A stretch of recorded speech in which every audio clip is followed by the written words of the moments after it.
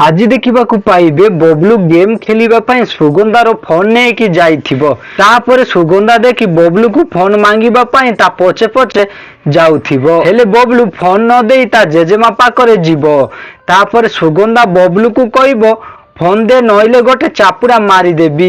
ଏଇ କଥା ଶୁଣି ବୁଲବୁଲ ଦେବୀ ସୁଗନ୍ଧା ଉପରେ ବହୁତ ରାଗି ଯିବେ ଆଉ କହିବେ ସୁଗନ୍ଧା ମୋ ନାତିକୁ ମାରିବା ପାଇଁ ତୋର ସାହସ ହେଲା କେମିତି? ତାପରେ ସୁଗନ୍ଧା କହିବେ ବବଲୁ ମୋଠୁ ମୋବାଇଲ ନେଇକି ପଳେଇ ଆସିଲା, ତାକୁ ରୋକିବା ପାଇଁ ଏମିତି କହିଦେଲି। ତାପରେ ବବଲୁ କହିବ ତମେ ବହୁତ ବେଡ ମାମା, ତମେ ସବୁବେଳେ ମତେ ଗାଳି ଦଉଛ, ମତେ ତମ ମୋବାଇଲ ଆଉ ଦରକାର ନାହିଁ। ଏମିତି କହି ସେ ମୋବାଇଲକୁ ଫିଙ୍ଗିଦବ ଆଉ ସେ ମୋବାଇଲ ସୁନିନା ରଖିଥିବା କ୍ଷୀର କଳସରେ ଯାଇ ପଡିଯିବ।